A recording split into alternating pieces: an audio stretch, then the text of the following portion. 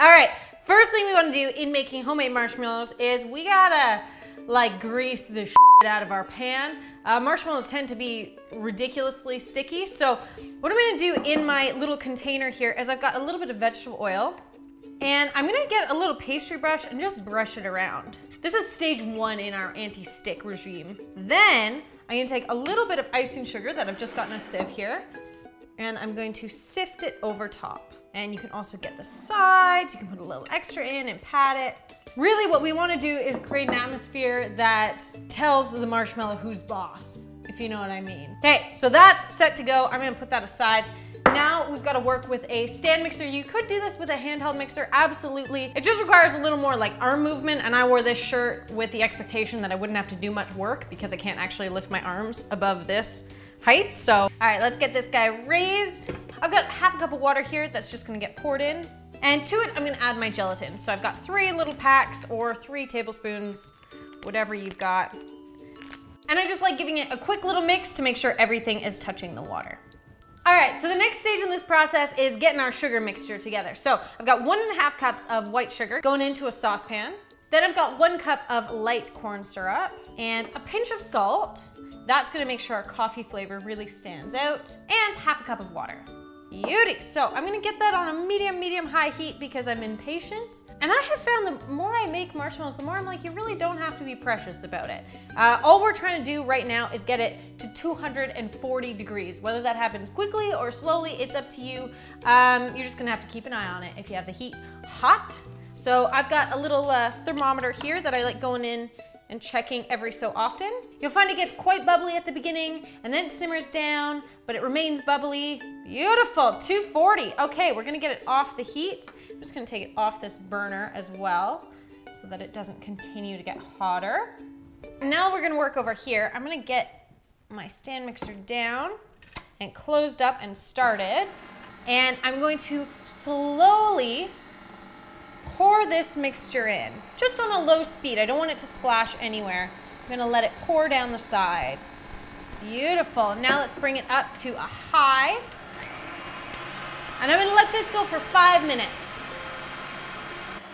Beautiful, so it's nice and thick. At this point, I wanna add in my instant coffee granules or espresso, or if you had some really strong brewed coffee, just a couple tablespoons of that. That's going in, and we're gonna continue to beat.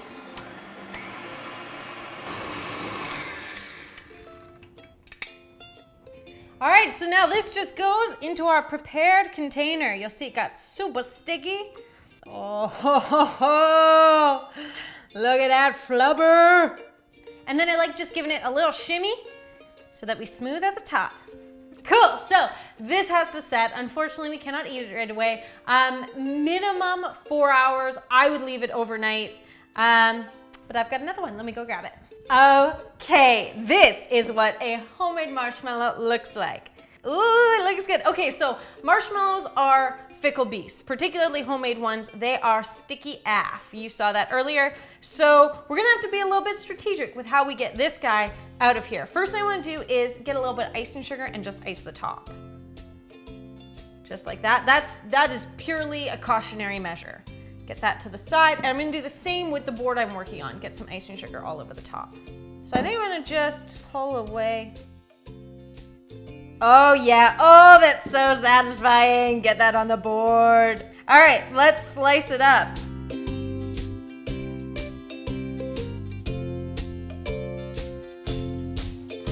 Okay, so we are ready to build these things. Now, I'm gonna grab 2 graham crackers. You know how this goes. I'm gonna squish a marshmallow in between. They're so cute. And I love, they just fit so perfectly. Okay, and then into the melted chocolate they go.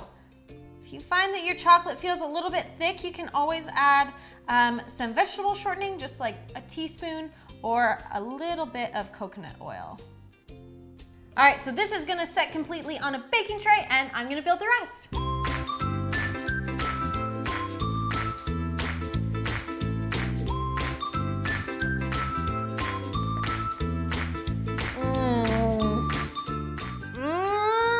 That's good. That is soft and pillowy and delicious and coffee-y. I love this. I think this is a great recipe. Yo, flavor your marshmallow however you want. I hope you like this. Don't mind the chocolate on my face. If you make it, that would be so awesome. You guys rock. I'll see you next time. Come back to Tastemade every Sunday for more 5-second rule with me, Julie. Or you can check out some cool videos up there, and make sure you come visit me at my channel. I'm over at Feeling Peckish.